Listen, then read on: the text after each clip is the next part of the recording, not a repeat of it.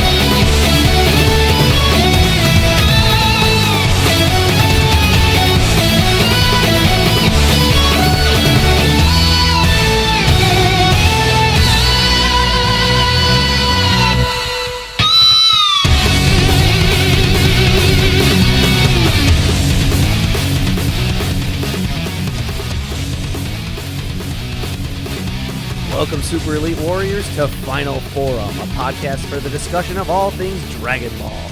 I am your host, Jelli, an elite recruiting member of the Frieza Force on a mission to find the best warriors from across the galaxy to join the greatest army of all time. And I am joined, as always, by my new recruit co-host. This is the beginning. This place stinks.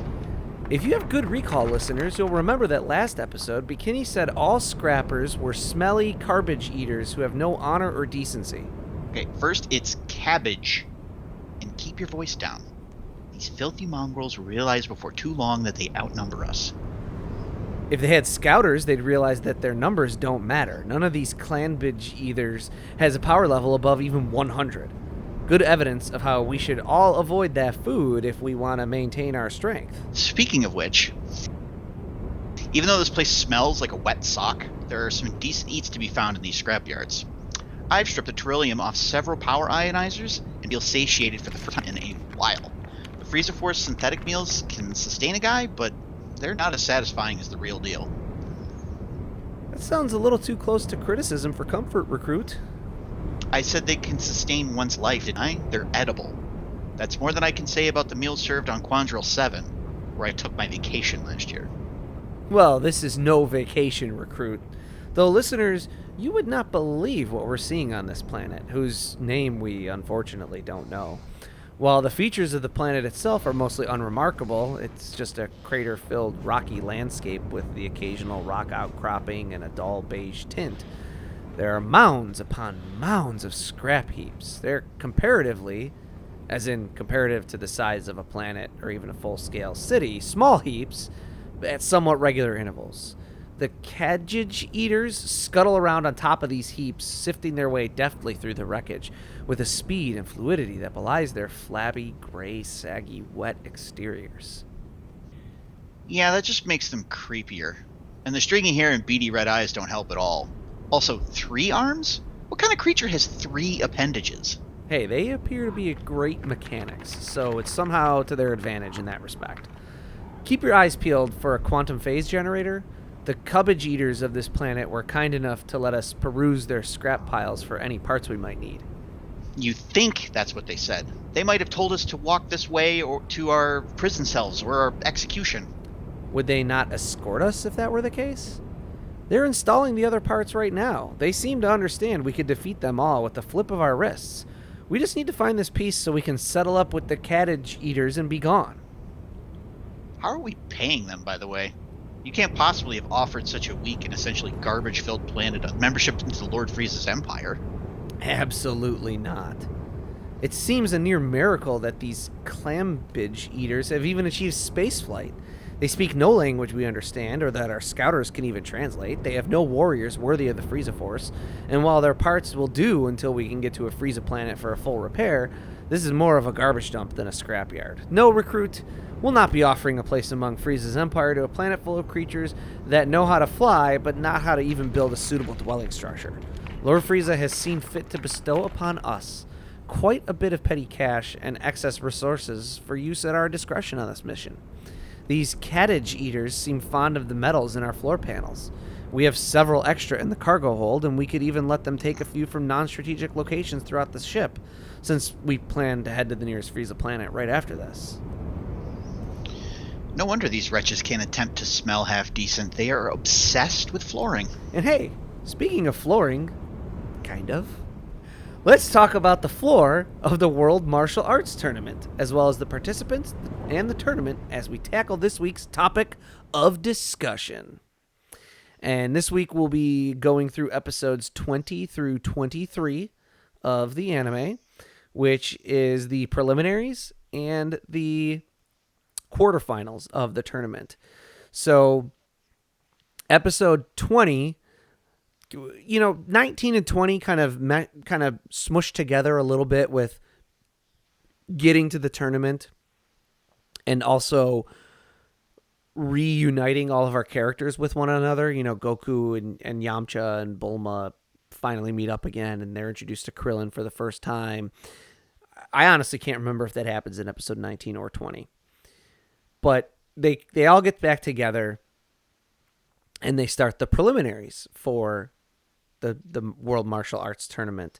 And the preliminaries are quite a bit different than the actual matches. You have 100, it's like 130 something. Did they say 138 or something like that? It was somewhere around there. It was like 138 there. or 136, I think. And they're all just given a number randomly. Depending on what like block of numbers you're in, that's you fight against that block of numbers. And I honestly don't remember if it's like a block of 10 or a block of 20 or something like that, but you fight in that block until they determine 8 quarterfinalists from that block. And you fight on a ring, and you win via either ring out or submission, or the fight is only allowed to last for 1 minute.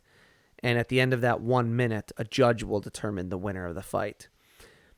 Goku steps in the ring to get in his first fight. It's against like this huge dude. And the guy's like, this isn't even a challenge. And Goku runs right past him because he still isn't used to his improved speed from Roshi's training yet. And goes to tap the guy to be like, hey, I'm back here. And that little tap knocks him out of the ring. And so he tells Krillin, like, hey, we need to be careful. I think this training worked better than we thought it worked. They breeze their way through the quarterfinals with Krillin kind of getting the culmination of his little mini arc here, with him getting revenge on the other monks from Orin Temple who treated him badly. And then we have our 8 quarterfinalists, and we then over the next 3 episodes have our quarterfinal matches. The first one is Goku versus a fighter named Bacterian. Bacterian being a giant bulking behemoth who never has bathed in the entirety of his life. And all of his attacks are based around being stinky and disgusting. I bet he smells like some of these cabbage eaters. Oh, maybe.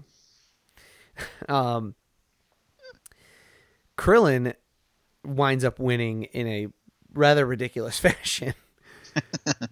In that Goku tells him, hey, all those smells are in your mind because you don't even have a nose. And he's like, oh yeah, I don't. Our next quarterfinal match is Ranfan versus Nam. Nam or Nam is a like Buddhist Indian fighter, and Ranfan is a very attractive woman. She attempts to win by stripping into her underwear and distracting him, and he beats her, so Nam is the winner. Then we have Roshi versus Yamcha.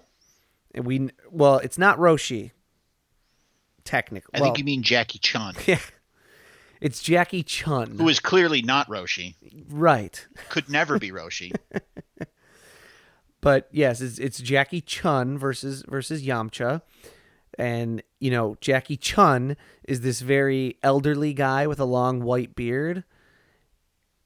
But he has hair, so clearly he's not Roshi.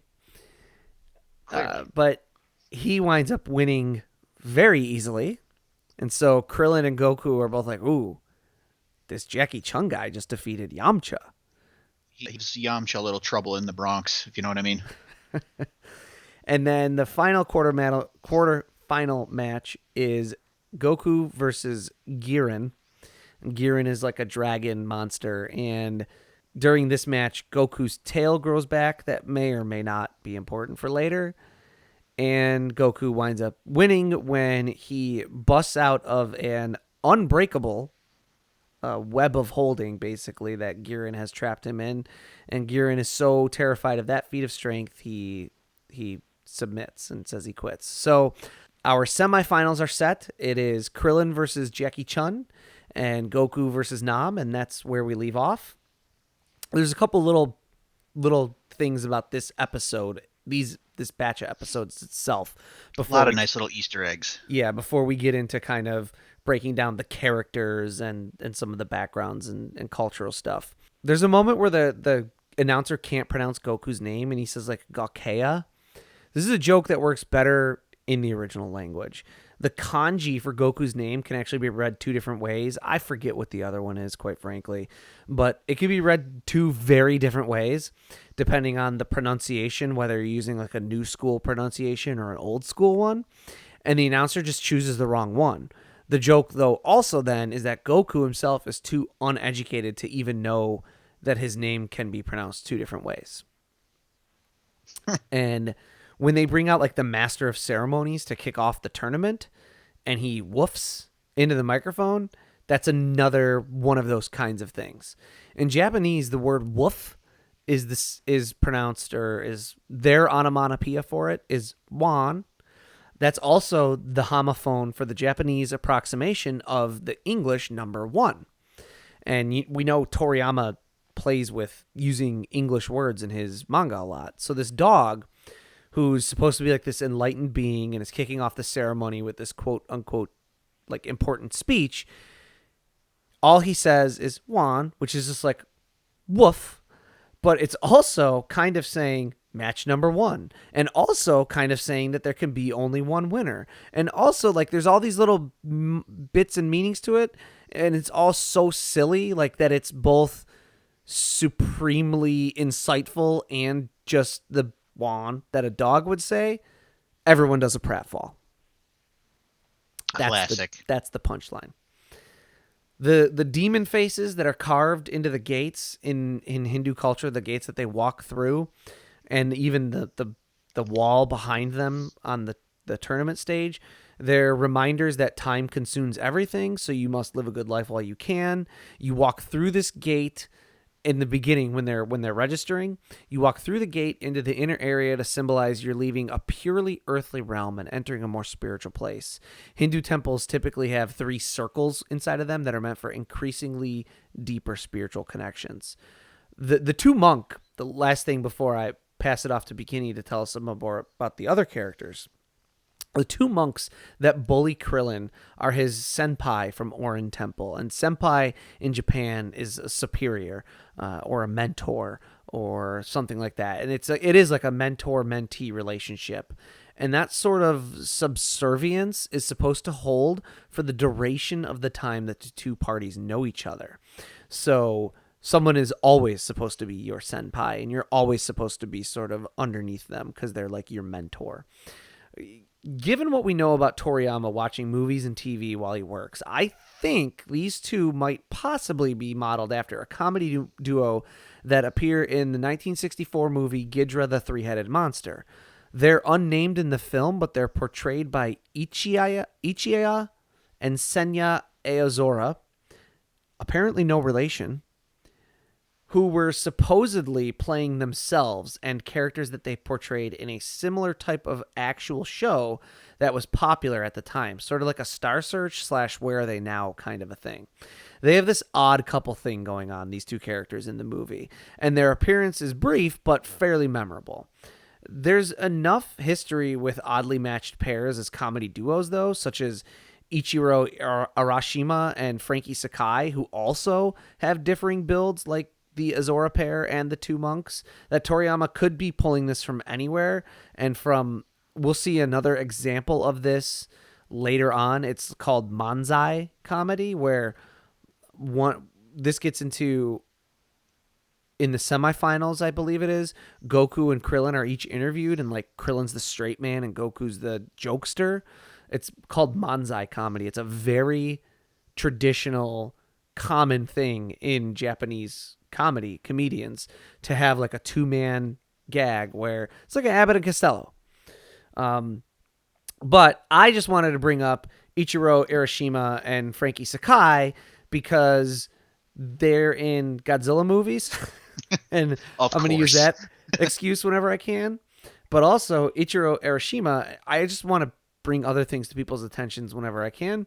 He's in a really great underseen Bond spoof called Iron Finger that is hilarious. And so is, I believe, there's another one. They're both by the same director. It's called like Booted Babe or something like that. If you look up Japanese Bond parodies, you'll probably figure out the name of the other one. And Frankie Sakai is in another great underseen movie called The Last War, which is about Japan's unique position geographically, being so close to the Soviet Union and especially the Korean Peninsula during the Cold War, and also being considered a U.S. ally, where the U.S. says if Japan is attacked, they consider it an attack on the U.S. So I'll pass it off to Bekinney to tell us some more about some of the other characters. So we're going to talk about some of the quarterfinalists, starting with Bacterian, who is obviously based on like pro wrestlers, probably more specifically like George the Animal Steel and Andre the Giant. Guys whose ring attire was pretty plain, but they let their size and bombastic personality do their character work for them. The anti-hygiene thing is something Toriyama may have invented on his own, though others in the wrestling world have come since then who have used this as a gimmick. It's possible Bacterian has inspired Bastion Booger, maybe? You be the judge. As for the fight, Toriyama said, quote, "To be honest, I greatly prefer these sorts of silly fights to serious battles. In terms of what I find truly enjoyable while drawing the series, the stories full of this kind of idiocy are at the top." End quote. And of course, I love that he uses idiocy to describe his own work. Yes, that's very, very humbling. Next up for the quarterfinalists, quarterfinalists, right? Yeah. Jackie Chun, as we discussed earlier, totally not Master Roshi. Obviously, parody for Jackie Chan.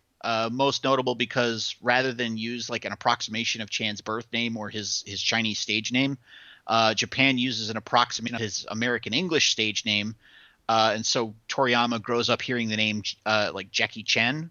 If he had grown up with Chan's Chinese stage name of Chen Long, the character would probably be called something like Chung Long or Cheng Long or something similar to that. Spoiler alert, I guess. It's totally Roshi. As we mentioned, he's there to make sure Goku and Krillin don't win the tournament, which we don't know for sure yet, but we do find out, and it's not to embarrass them or put them in their place or anything like that, but so that they don't think that becoming the best martial artist in the world is just a matter of training with him for 8 months and then they're done. He just wants to make sure that they stay on the path of their Shugyo for the rest of their lives and continue to improve for the rest of their lives, which again ties into his philosophy on martial arts.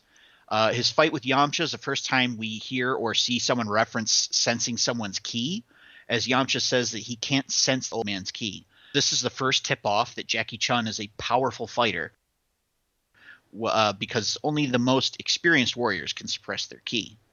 Next up, we have Ranfan, named after the Japanese words for lingerie and shin, rangerie and fandishon. I think I'm saying those right. The term came to Toriyama while thinking of his time drawing ads during his first years in the workforce, when he was drawing socks and household appliances and things.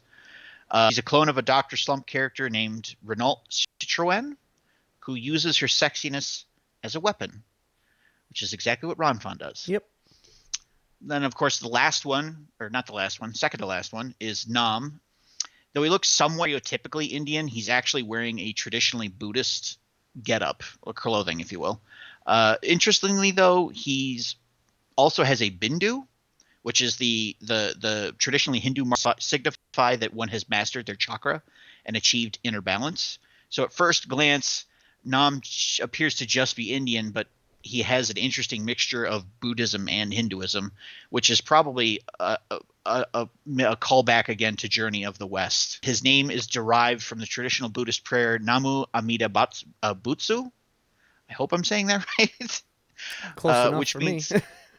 means I adore and take refuge in Amida Buddha. Amida Buddha is a being who is said to have created a land of purity that others can be reborn into in order to become Buddhas themselves and bring salvation to others. Those who chant the prayer as a mantra are said to be capable of attaining mindfulness of the Buddha, replacing 10,000 thoughts with one so that the mind becomes simultaneously empty and at the same time full of Buddha.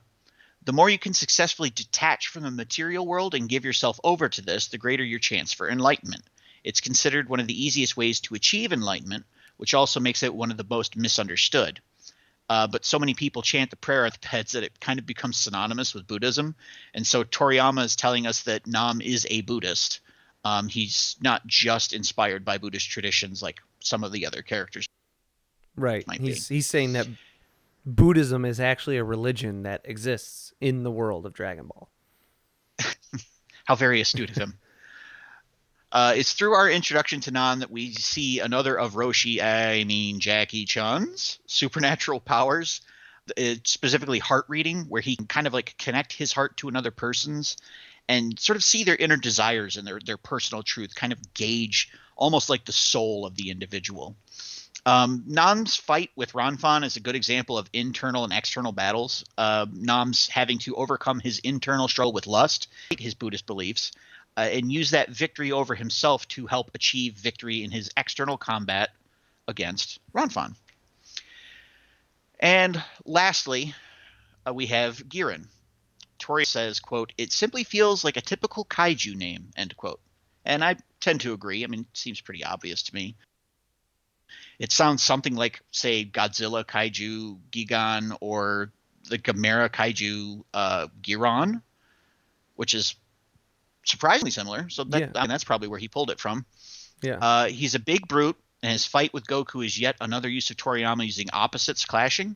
It's also when Goku grows back his tail, which I'm not sure if Toriyama's ever really commented why or when he decided he was okay with drawing the tail again.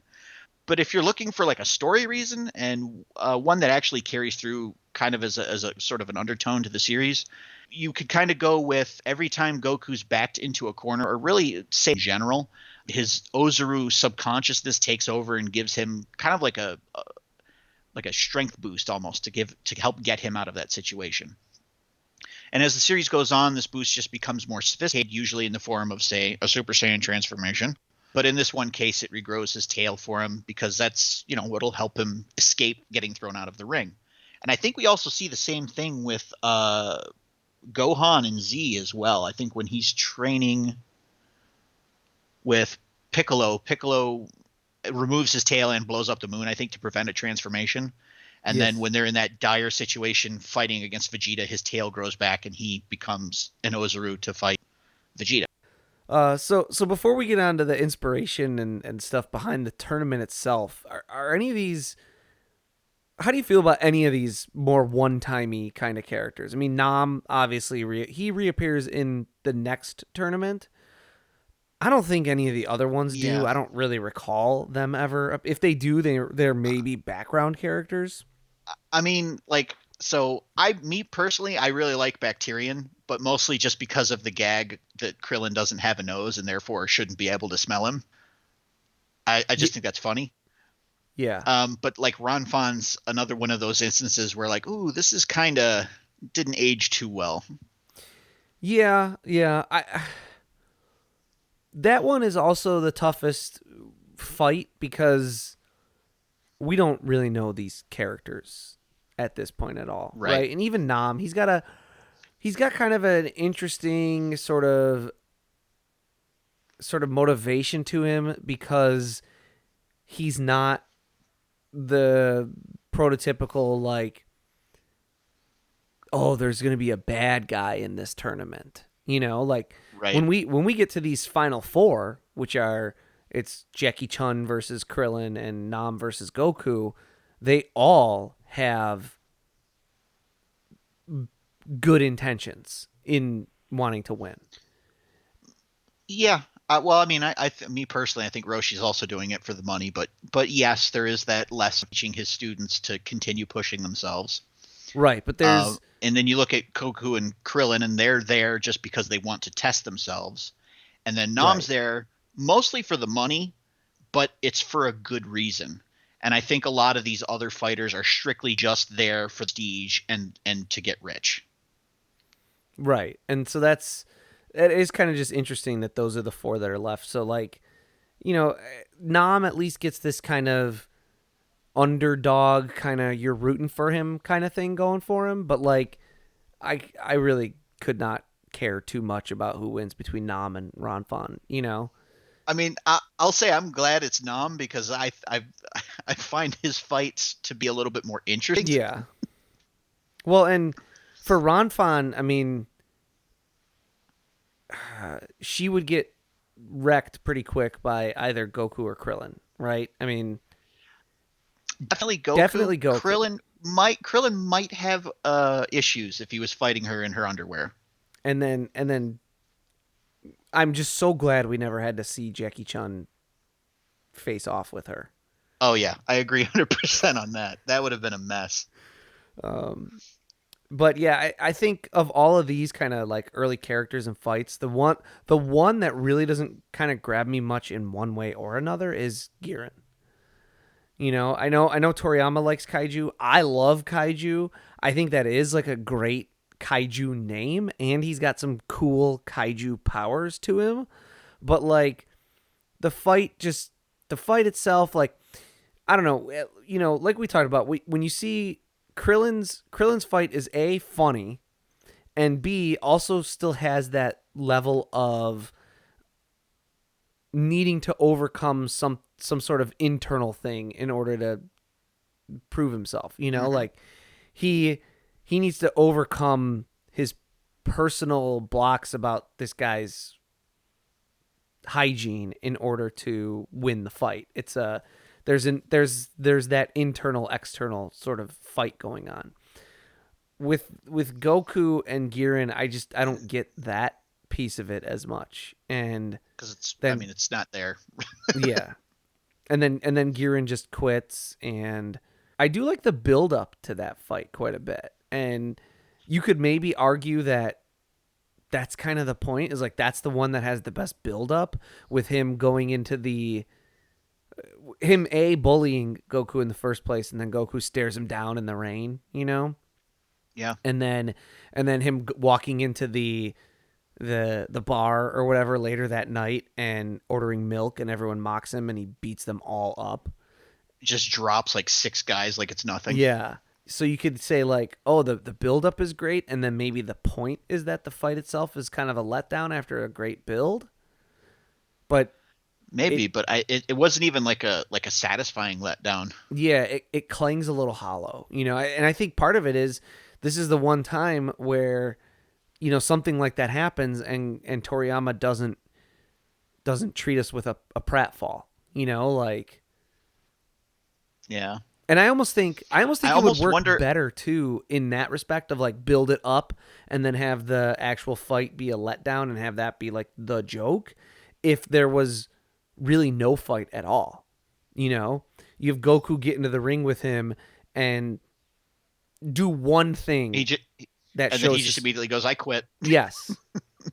It's like that there's like a web comic floating around where it's like a boxing match, and the one guy, like as soon as the bell rings, he starts doing the Kamehameha like pose and everything and saying the word, and the other guy immediately just goes, "I quit," and then it cuts to like the post fight like press interview or whatever, and he's like, "Yeah, he probably couldn't, but I wasn't gonna mess around and find out." Yeah, I think that would work, but that's not what we get. I almost wonder if he wrote himself into a corner with the unbreakable bonds thing and throwing Goku out of the ring to the point where he was just like, "Oh man, I've got to really pull something out here to just get him back in the ring, and I don't have any ideas left for what to do for the fight." Maybe.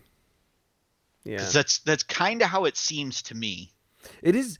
It's also it is one of the like cheapest, like, this might be one of the cheapest like plot armor moments in all of Dragon Ball. You know, people talk about that a lot, like, oh, of course, like when we get into Super and stuff later, oh, of course Goku wasn't going to actually get killed by Hit because he has plot armor. And like, there's still ways to explain a lot of those things because Goku is like the best fighter in the world. This, though, is him very clearly cheating. Yeah. And them saying, oh, it's okay if you We'll cheat give it a this pass. time.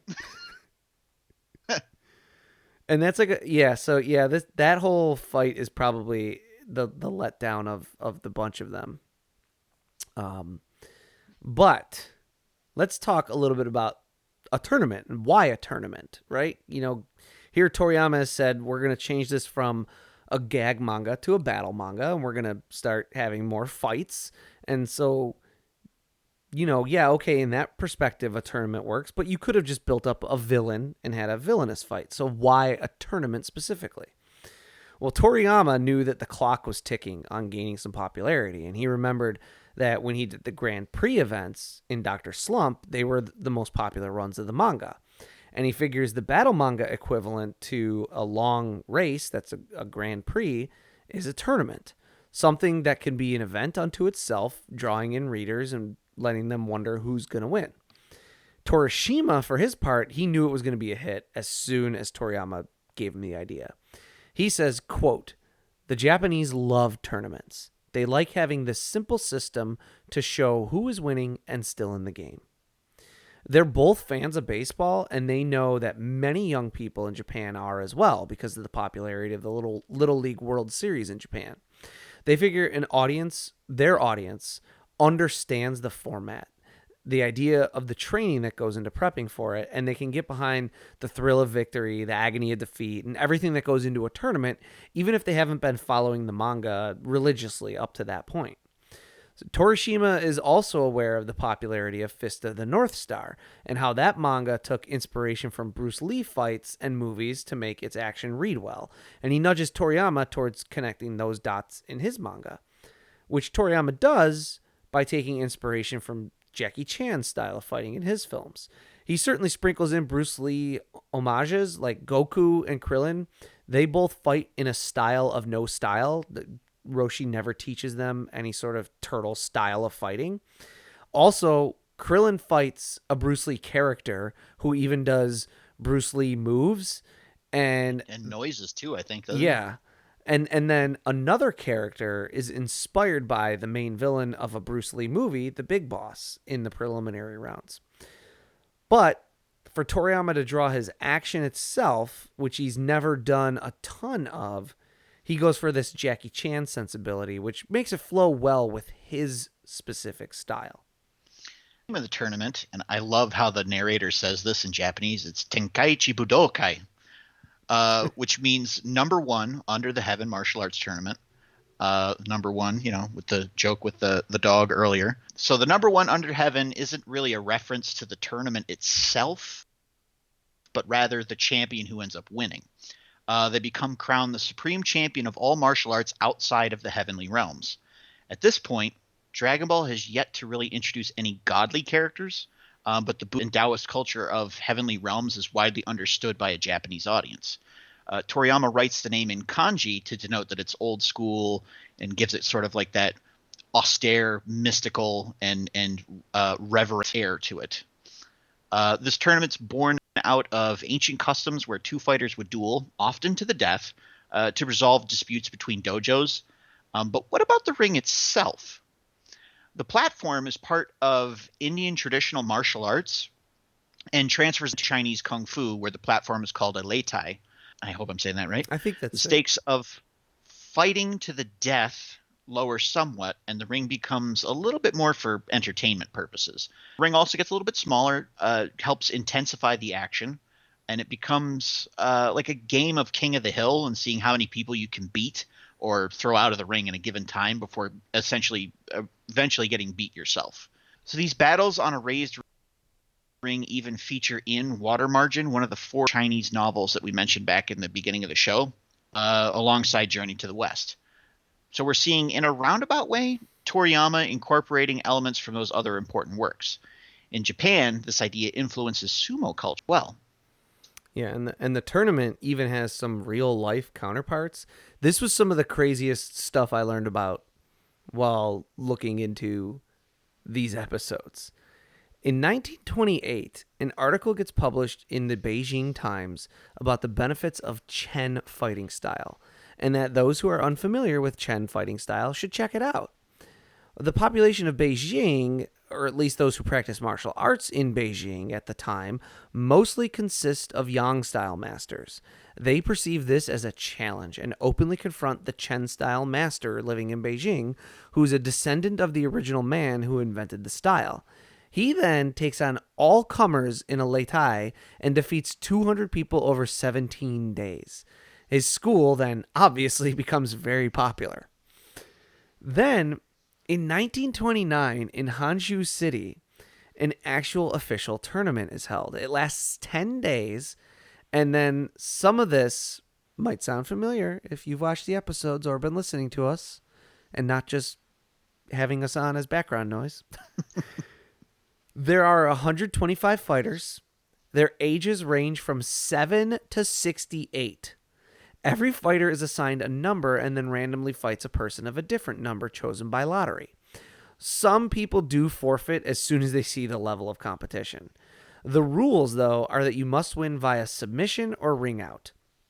The competition is intense. Some of these battles last dozens of rounds, taking hours. One of them lasted like 60 rounds. Good Lord. 2 men die. And then the finals are called off out of fear of further loss of life of all these. These aren't just like people competing. These are masters of dojos. And the fear is that these national treasures are all going to kill each other. So the winner is then chosen by voting and a panel of judges. Now, Toriyama, though, as we've said before, the man is not a researcher. He wouldn't have read Water Margin. He wouldn't have looked at microfiche and found these real-life examples. And he's never outright stated where his specific influences come from in regards to there being a tournament and a Leitai. But we obviously know that he likes movies, and many of the kung fu movies he enjoys feature tournaments.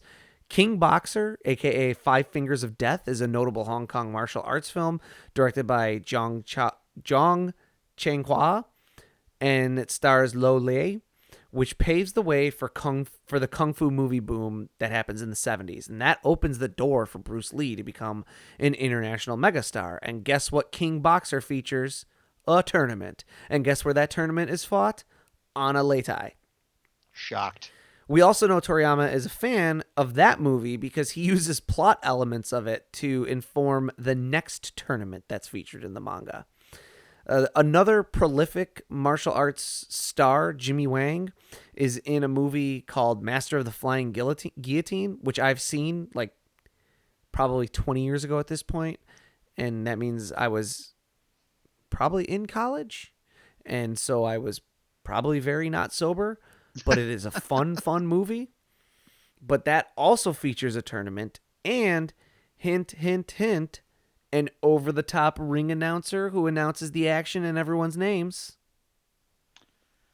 By the way, Toriyama was asked why he goes from having a referee in the prelims to this announcer in the quarterfinals and beyond. And shocker, he says that he just forgot about the referee at all. Seems to be a running theme here. The kanji at the beginning of each episode of the tournament proper is the Bu in Budokai, which means martial arts, and is revealed akin to the way the Golden Harvest logo was revealed in the opening of a lot of the old kung fu films that he enjoyed. The ring's still a Leitai, but it's more specific type now called a Bubutai, which is meant to represent the homonyms of Bu for martial arts and Bu for dance, and encapsulates the yin and yang energies of the tournament. There's a wall on the backside of the ring with demon faces meant to scare away evil spirits, and the reason there's a gate is to represent again that the fighters are leaving the spiritual realm and re-entering the earthly realm to fight and entertain a crowd. They're going from a private space with only other warriors who each follow their own codes and ethics to a public arena where they are viewed as a spectacle. There are tons of references, Easter eggs, whatnot. If you want to pause every time there's a crowd shot and take a look, he references the Sturgis motorcycle rally with a patch on one of the spectators' jackets. He draws in Clark Kent. He puts in Dr. Slump characters, and he even put his wife. Toriyama doesn't know who's going to win each battle. He says, I often say this, but when I probably shouldn't, but I hadn't decided who would win the matches at the Tenkaichi Budokai, so even I would be drawing it in suspense. I figured I'd let it take its own course at the time.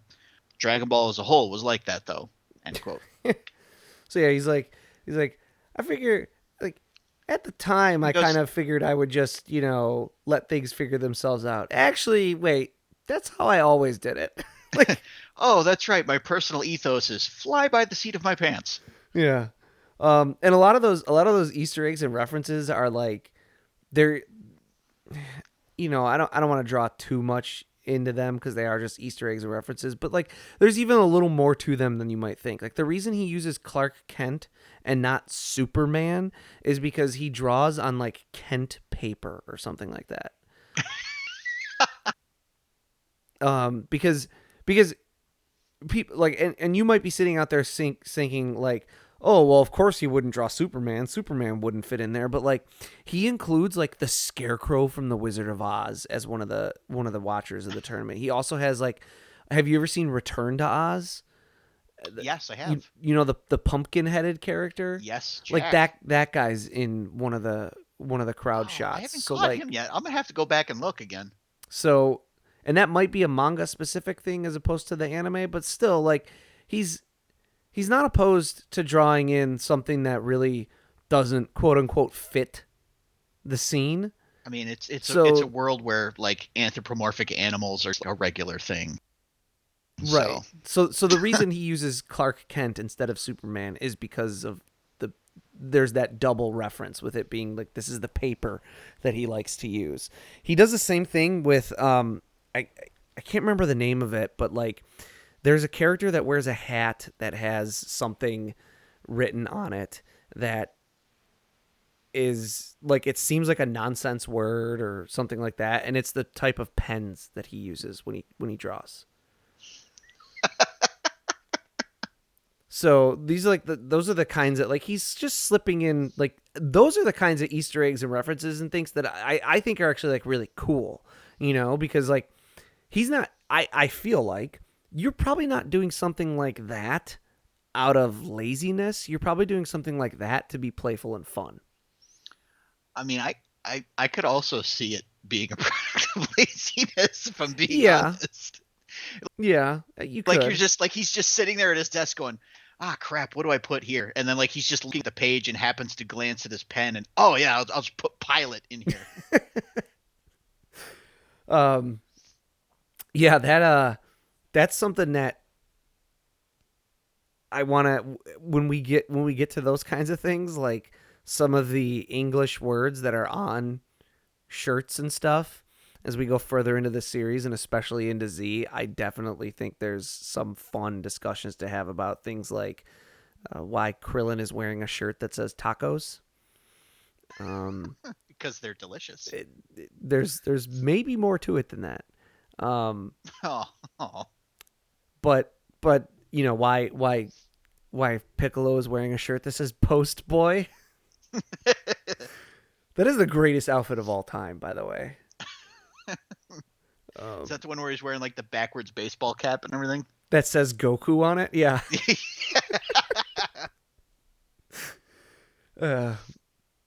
But so how do we feel about the tournament itself as a storytelling device? Do you agree with Toriyama and Torishima on it being a good transition? Do you think you agree with like hey, this is like this draws people in and you don't know who's going to win and who's going to lose? I mean, to an extent.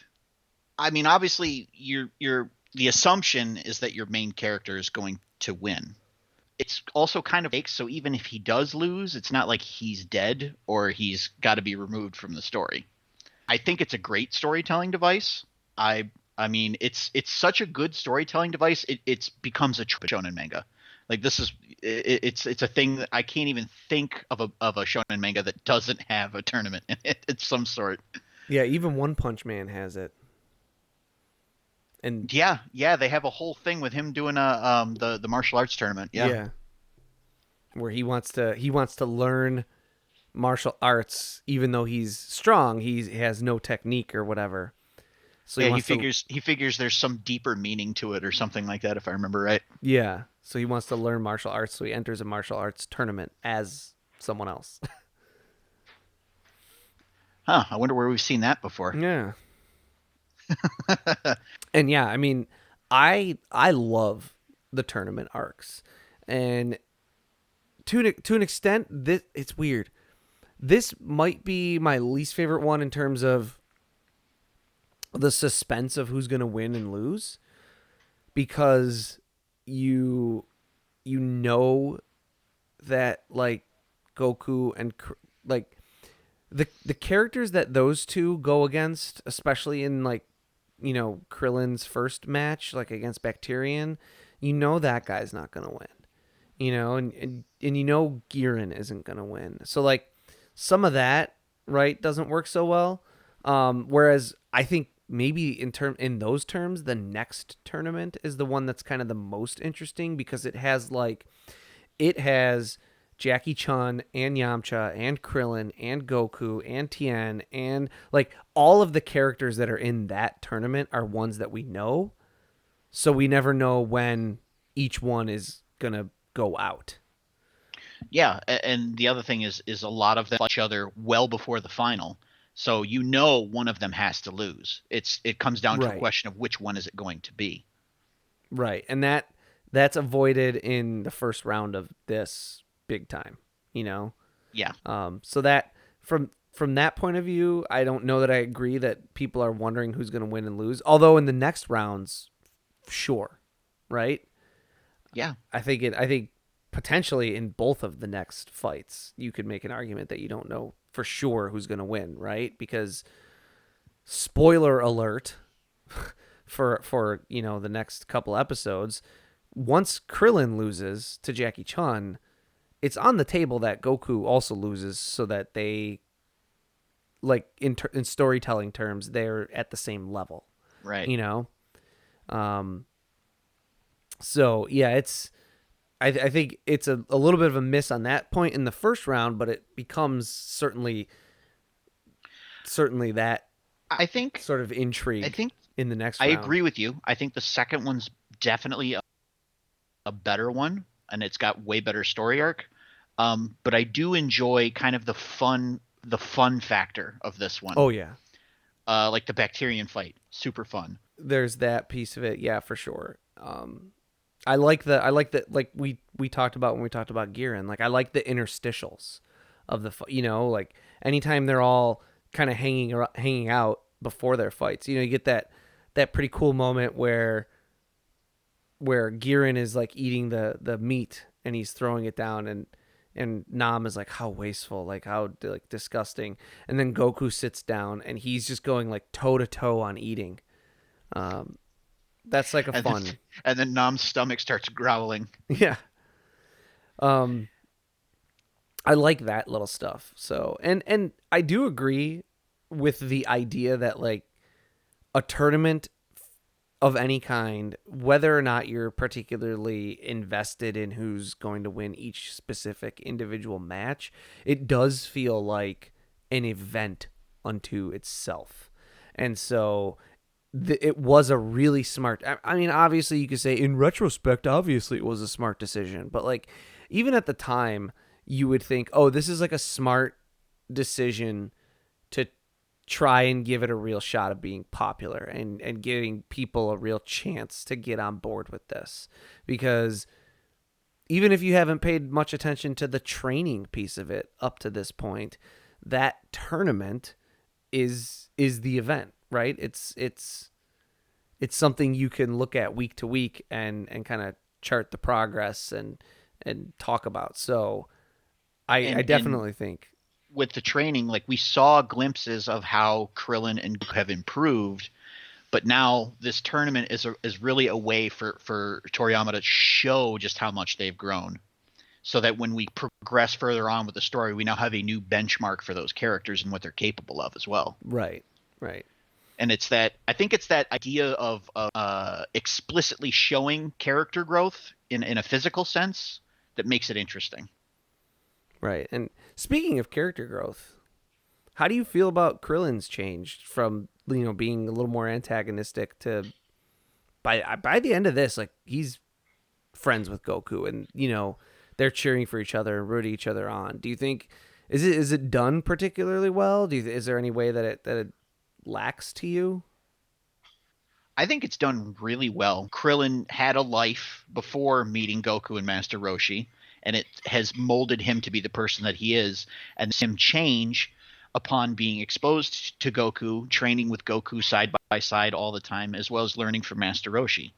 And it's I also kind of like that impish nature that he has in the beginning, because it's kind of funny and plays on that very innocent character that goes. Yeah. And watching him sort of like take advantage of Goku in that one spot in the training where Roshi throws the rock with his character on it, and trying to fool Master Roshi and realizing Master Roshi is nobody that he can fool, and then he decides, well, I'll go fool the chump that I'm training with so that I can eat dinner. Yeah. Yeah, that's And an interesting point. Yeah. and just watching him slowly, like, and you watch other moments like with the sprinting. Krillin's pretty full of himself because he is a fairly athletic individual and bragging about his speed, and then watching Goku completely demolish his speed, and then the both of them watching Roshi completely demolish their time records, and he kind of realizes, oh, I've stepped into like a whole nother realm as far as martial arts are concerned, and he seems to internalize that and realize that who he was before is not going to be enough going forward. And so he starts to change. Yeah, it's interesting because when I was watching these, at times there were times where it felt like it was almost happening too fast, right? Like there wasn't a good impetus for him to go from being a little bit more of a jerk to a little bit more sympathetic, I'll say. But I do think it's there. And then I think the part where it starts to really, really work for me is actually, again, to jump ahead, spoilers or whatever, the next episode when he and Goku are in the semifinals together, and the announcer is interviewing them and, asking them each, like, kind of where they came from and how old they are and all that stuff. And Krillin is playing, obviously, like the straight man, like I talked about. It's that manzai kind of comedy, and Krillin is playing the straight man. But even just the way he talks to Goku, he's no longer looking down on him as much as he is just mildly exasperated by how naive this guy is. Like it still surprises him at times. He's been training with him for almost a year, and even he still is like, you don't know what a microphone is? Why are you taking your pants off in public? Yeah. Just seeing how, I think that's maybe the one piece that's slightly missing between us, supposing to be rooting for him, or, kind of viewing him as a rival versus rooting for him in this batch of episodes, is another little moment or two where the Krillin that we meet in the first time we meet him would have been irritated or felt superior to Goku, and the Krillin that he's become now at this point is just like, oh, you scamp, So I think if something like that could have been just in there a little somewhere else, it would even work better. And not that it takes that long for us to get it, in the grand scheme of things. So I do think ultimately, by the time we come out of this tournament, their friendship is well established, and Krillin is well established and reinvented, so to speak, as a protagonist, more so. So, I don't know, is there any other highlights or anything we want to talk about with the Tenkaichi Budokai quarterfinals? The announcer's awesome. I love him as a character, and that he sticks around, unlike the referee from the prelims. He is like, he also has like some sort of inspirational points to him too. Although nothing super specific. Just like that little thing of like Master of the Flying Guillotine also has a guy who's announcing everyone, which is just kind of interesting. It's fun. It's fun when you see something that Toriyama like really. I don't. Whenever you see something pop in that he seems to have very much crafted, kind of out of the blue, it makes you appreciate the homages and the twists on those things for what they are more, right? Because you're like, okay, he's obviously capable of being like completely original. It's just he's trying to make a joke, or he's trying to do something like, make a reference, whatever. And that I think he really does a great job of walking that fine line between references and member berries and crafting new stuff and forging new ground. Yeah, and I'd say he definitely dances that line very well. Hey, would you quit sifting through this garbage with your stomach and start using your eyes? What? It's rare to find this much Terillium in one spot, ever since it was stopped being used decades ago. Is that because your people ate it all?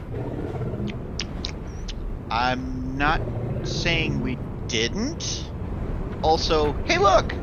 My stomach just served us well. I see a quantum phase generator under that piece I just picked up. Better lucky than good, I guess. Grab that and we'll take it back to the clappage peep.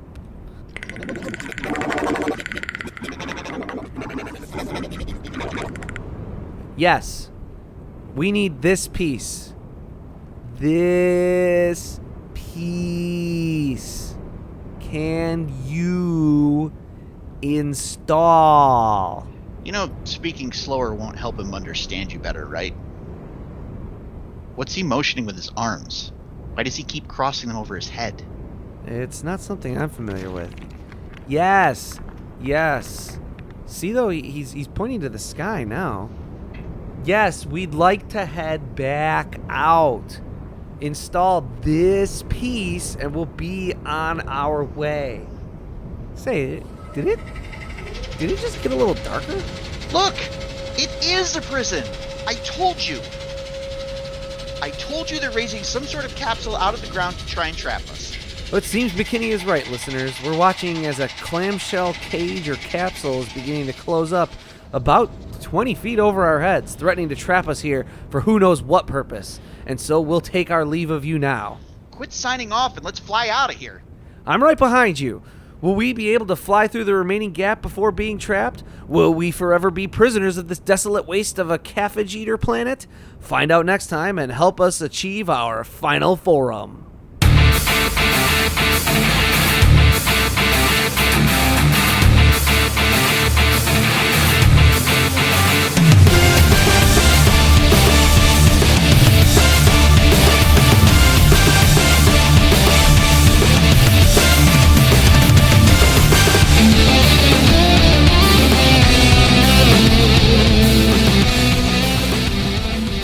Final Form is written and produced by Tom Gwelly.